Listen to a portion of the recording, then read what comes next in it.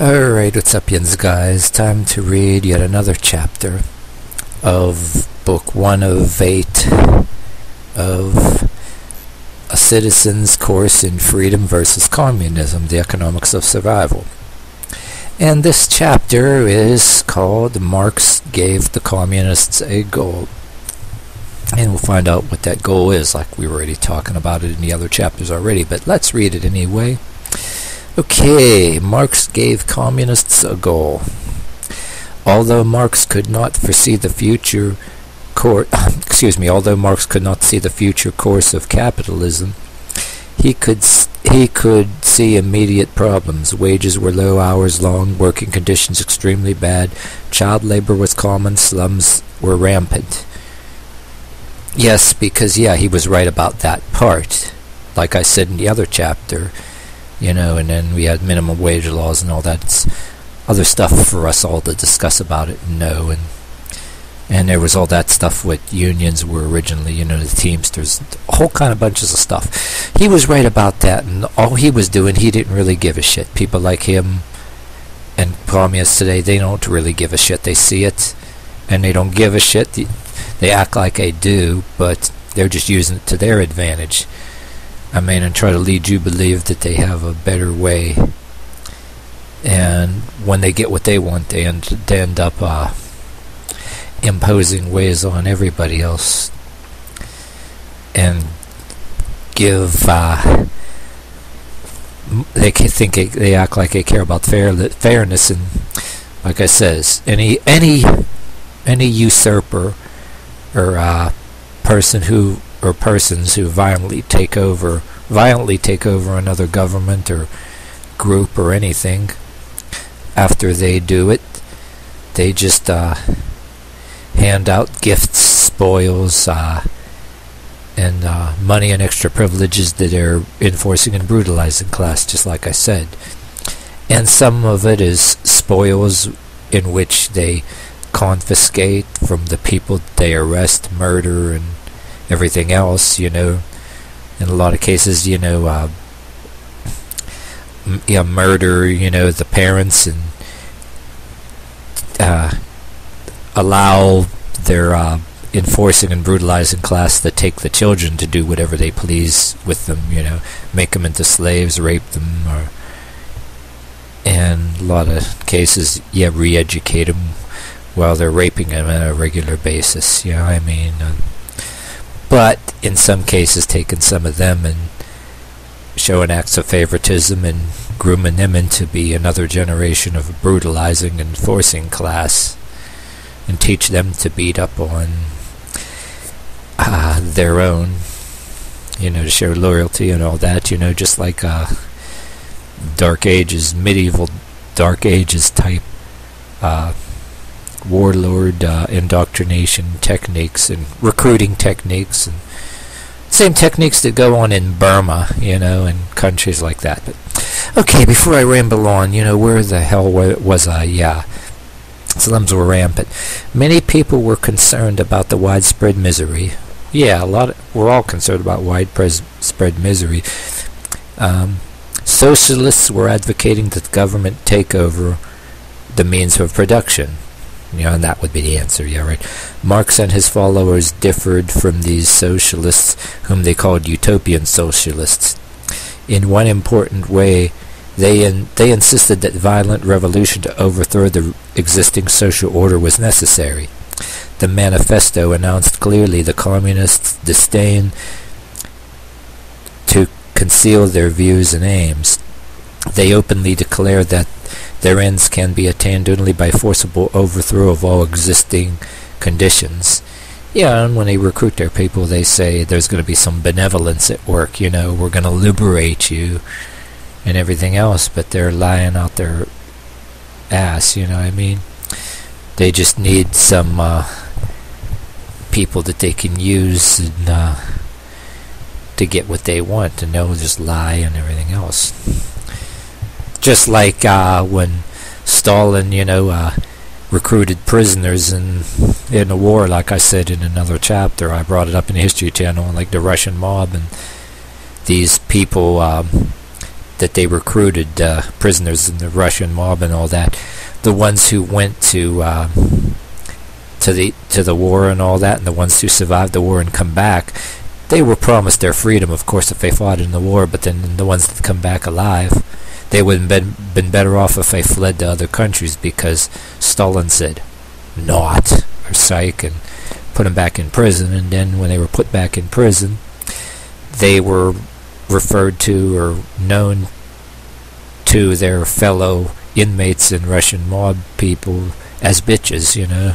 So they would have been better off if they fled when they were out as soldiers. But yeah, so this is one example of the communists fulfilling their promises and keeping their promises. But yeah, the people that love communism so much, that's probably just a lie. And the History Channel that said that too, they're just liars, you know. Communism, Castro, Che Guevara, and everybody else are all good people, you know. But anyway, the necessity for violent revolution is the one principle a congressional committee in 1949.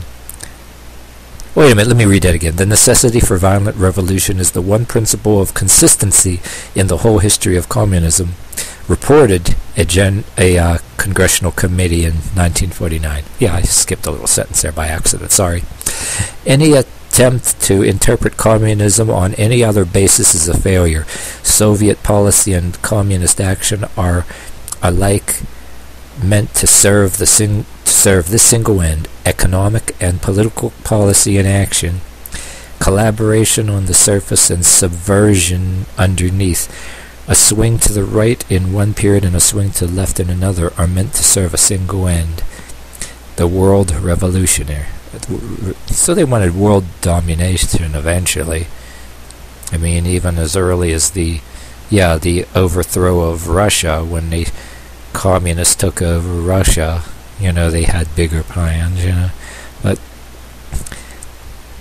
so in 1956, Khrushchev, perhaps motivated by the knowledge that some countries' violent revolution was impossible, declared that the transition to communism could be accomplished through parliamentary means. But he did not give up the goal of revolution, nor did he reject the idea of violent revolution wherever possible. Marx furnished the communists with two things that help us understand their actions in the world today. First, he gave them a goal: the overthrow of existing social order and establishment of communism. And plenty of people to murder and rape for the fun of it while they're at it, especially the ones that don't agree with communism and wouldn't be re-educated. Let's not forget that. And because, yeah, these communist overthrowing people of that day too, they were very horny people and murderers and rapists, because after all, when, you know, if they were going to kill you, they might as well have some fun, and because you're a, you know, just a piece of meat to do whatever they please anyway. So anyway, yeah, I'm causing myself to lose my place again, you know. But okay, first he gave them a goal: to overthrow the existing social order of communism. Working to achieve this goal is the primary purpose of a communist. Any proposal is appraised by communists from two standpoints. Does it help to weaken any existing non-communist social order? Does it help establish communism? And if it does either of those two things, then it's a go for them, yeah.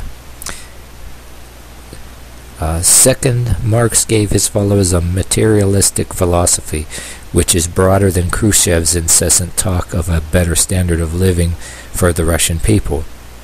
It is the theory that the material world is the only important world. Over the years, people of the Western world have developed moral standards, a sense of right and wrong, a belief in freedom and in dignity, and in importance to the individual. These standards are rooted deeply in our cultural and religious heritage and beliefs. Communists do not recognize or understand our moral standards. Our sense of values, our belief in freedom of choice and importance and dignity of the individual. Of course they don't, because their way is the only way, and they want you to believe their way, and they know what's better for you than you do, and they don't care about you. They want to run things, and usually the one person leading an overthrow, no different than an Islamic terrorist, wants to run things. I mean, usually the person who's engineering it all, very narcissistic and egotistic. It's me. I want to run things, and then use this, and then offer whoever works for him spoils or extra privileges, to his ruling class that will rule next to him, And the gifts and the rewards have to be constantly handed out too, It's where he maintains his power. Until somebody that's jealous of him, that wants his power, assassinates him, because he's jealous of him, But so the gifts and the bribes have to be maintained. So they don't always tell you that, but okay, I don't want to lose my place again. And plus, time is ticking away, and my 15 minutes is almost going to be up. Yeah, communists do not recognize the standard.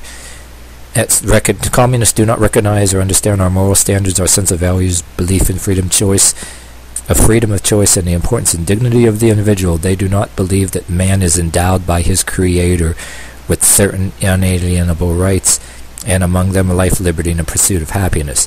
Man is solely a product of his environment, particularly his economic environment. The communists, and the changing this environment, and by changing this environment, you can change the man. Yeah, you can force a man to change if you change his environment. In other words, blackmail him. Control his money.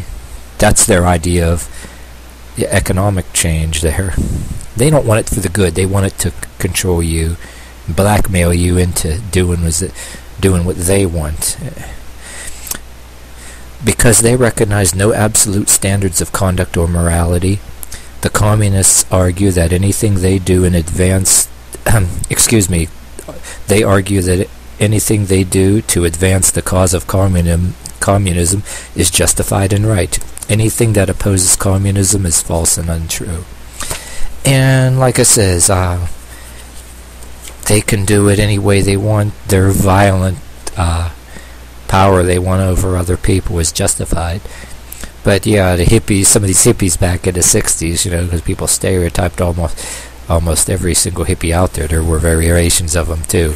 That peace sign in the air, and some of them wanted communism because they thought it brought about peace. But back in the 60s, somehow they missed it when Bill Ayers and his buddies had submachine guns and dynamite when that FBI guy, Jim Quinn, interviewed, was infiltrating them, and he wrote that book.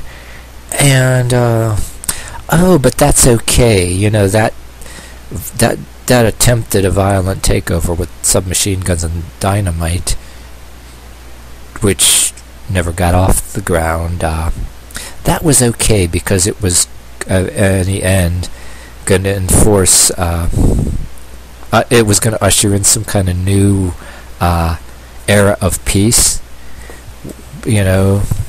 which, those violent means were needed because after all, Bill Ayers and his henchmen were trying to do something that's right, and then if he did manage to kill a bunch of people that he couldn't re-educate, those people that were killed, they have brought it on themselves because they didn't want peace. And the way to have peace, right, is you submit to the thugs who usurp the power and kill everybody they have to get it, and then peace to them is just submitting to whatever usurper that promised them peace, in which, they usurp the government or attempt to usurp a government through violent means. But that's okay.